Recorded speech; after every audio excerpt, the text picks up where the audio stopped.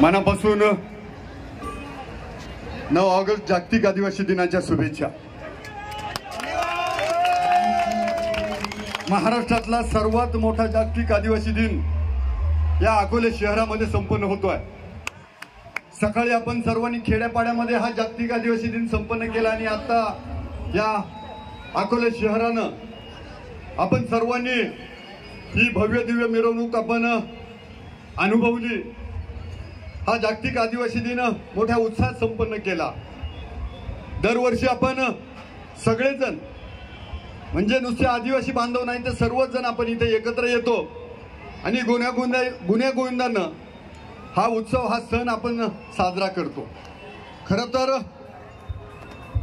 युनोनं 1994 ला हा जागतिक आदिवासी दिन साजरा करण्यासाठी सगळ्या जगाला सांगितलं। आपल्या तालुक्यामध्ये 25 वर्षापासून हा जागतिक आदिवासी दिन संपन्न होतोय। मला वाटतं गेल्या वर्षापेक्षाही आता मोठ्या ह्या वर्षी एकदम उत्साहामध्ये हा जागतिक आदिवासी दिन संपन्न झालाय। कुठं डीजेचा त्रास नाही, त्यामुळं मला वाटतंय एवढं सुंदर नियोजन, एवढं सुंदर आयोजन आणि प्रत्येक जण या सणाचा आनंद घेत होता, या कार्यक्रमामध्ये सहभाग घेत होता। प्रत्येकानं शिस्त पाळली। एकदा आपल्या सगळ्यांसाठी टाळ्या वाजवा।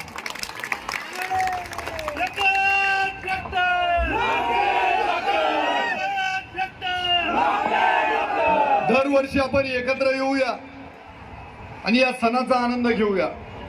त्याचबरोबर तुम्हाला हे पण माहित असलं पाहिजे, एवढा मोठा आदिवासी समाज इथं जमलाय की आपल्यामध्ये घुसखोरी करण्यासाठी बोगस कोळी टपकलेत।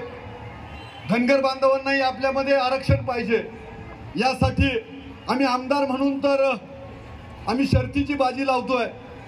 सरकारलाही पारदर्शकपणे कारभार करायला भाग पाडलंय। भविष्याच्या काळामध्ये जर समाजावरती आणीबाणी आली तर आपण सगळ्यांनी एकजुटीने एकत्र आलं पाहिजे।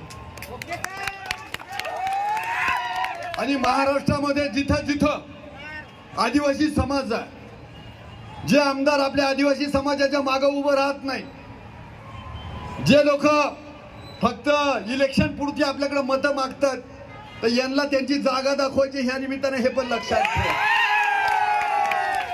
आज ही तरुणाई इथं आली आहे, इथून एक ऊर्जा घेऊन जायची आहे।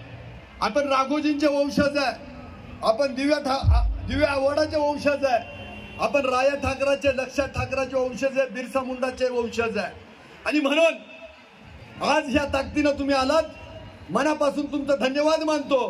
तुम्हाला परत एकदा जागतिक आदिवासी दिनाच्या शुभेच्छा देतो आणि माझ्या वाणीला पूर्ण विराम देतो। जय महाराष्ट्र, जय आदिवासी, जय भारत। धन्यवाद।